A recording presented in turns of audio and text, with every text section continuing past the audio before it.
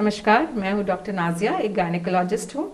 और जैसा आपने जिस समस्या के बारे में आप मेंशन कर रही हैं, मैं अक्सर इस तरह के सिम्टम्स वाली महिलाओं से हम लोग मिले हैं। और इनफैक्ट मैं ये बताना चाहूँगी कि ये हर एज ग्रुप में ये स्पॉटिंग होती है। स्पॉटिंग वो हुआ कि ब्लीडिंग ही हो रही है, लेकिन मात्रा उसकी इतनी कम है कि या तो वो सिर्फ अंडरगारमेंट्स में लगता है, या फिर अगर आप वॉशरूम गए हैं तो वो पैन में बस नजर आता है पेशाब करने के समय। इसे हम लोग स्पॉटिंग कहते हैं। और यही स्पॉटिंग, क्योंकि ये मात्रा में ब्लीडिंग इतनी कम है कि कई बार ये वजाइना में ब्लड रह जाता है और ये ऑक्सीडाइज होकर बाद में इसका कलर ब्राउन या ब्लैकिश हो जाता है और वो डिस्चार्ज की तरह आ जाता है। तो उसे महिलाएं ब्राउनिश डिस्चार्ज कहती हैं। कि कई बार आकर के कंप्लेन करती हैं कि मैडम मुझे ब्राउनिश डिस्चार्ज दिखता है। नॉर्मल डिस्चार्ज जो होता है, वजाइना डिस्चार्ज, वो या तो व्हाइट होगा या वाटरी होगा या इन सम केसेस येलोइश हो सकता है। लेकिन ब्राउनिश अगर है तो उसका मतलब है कि वो ओल्ड कलेक्टेड ब्लड है, जो कि या तो स्पॉटिंग के तरह नजर आ जाता है या ब्राउनिश डिस्चार्ज। अब हम लोग जानेंगे कि क्या ये ब्राउनिश डिस्चार्ज या स्पॉटिंग जो है ये नॉर्मल है या अबनॉर्मल है। तो ये भी मैं बताना चाहूंगी कि ये दोनों है। कब आपको इसके लिए अपने डॉक्टर से मिलना है, कब ये अबनॉर्मल है, इसके लिए ट्रीटमेंट लेनी है, और कब ये नॉर्मल है। हम लोग बात करते हैं सबसे पहले जो वजाइनल डिस्चार्ज। अगर आपका ये ब्राउनिश डिस्चार्ज नजर आ रहा है तो आप सबसे पहले, ये अल्ट्रासाउंड से तो डायग्नोज हो नहीं सकता, आपको गायनेकोलॉजिस्ट के पास जाना है और पर स्पेकुलम यानी नीचे से आपके गायनेकोलॉजिस्ट आपको एग्जामिन करेंगी और तब इसका कारण पता चलता है। कई बार ऐसा होता है कि ये हार्मोनल इम्बैलेंस के कारण होता है, जो या तो पीरियड्स के 2-3 दिन पहले ब्राउनिश डिस्चार्ज या पीरियड्स खत्म होने के 2-3 दिन बाद तक नजर आता है।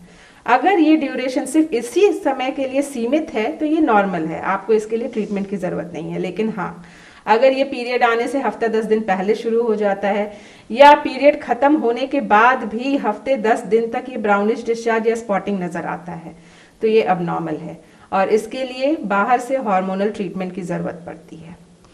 और दूसरी बात, जैसा मैंने कहा कि पर स्पेकुलम एग्जामिनेशन आपकी डॉक्टर करेंगी, वो देखेंगी।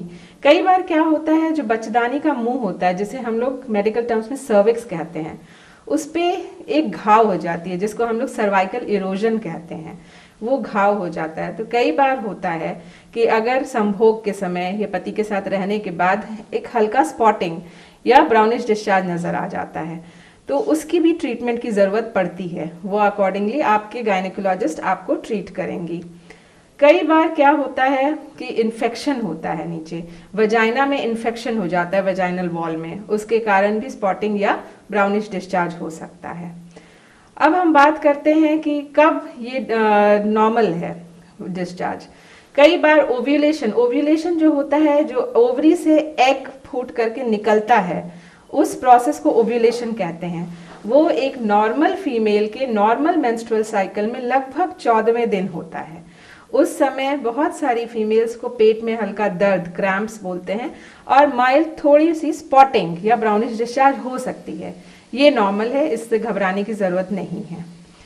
अब हम बात करते हैं प्रेगनेंसी में। प्रेगनेंसी में कई बार शुरुआती टाइम में, जब आपने अभी पीरियड मिस भी नहीं किया है, उस टाइम ब्लीडिंग, हल्की सी स्पॉटिंग हो सकती है। उसे हम लोग इम्प्लांटेशन ब्लीडिंग कहते हैं। घबराने की जरूरत नहीं है, लेकिन हाँ, अपने गायनेकोलॉजिस्ट के टच में रहेंगे आप।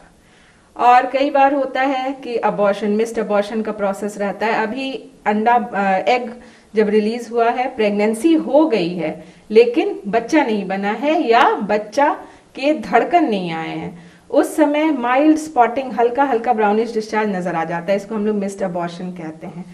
उसमें आपको डॉक्टर से मिलना है, आपकी डॉक्टर अकॉर्डिंगली अल्ट्रासाउंड करा करके उस चीज को मैनेज करेंगी।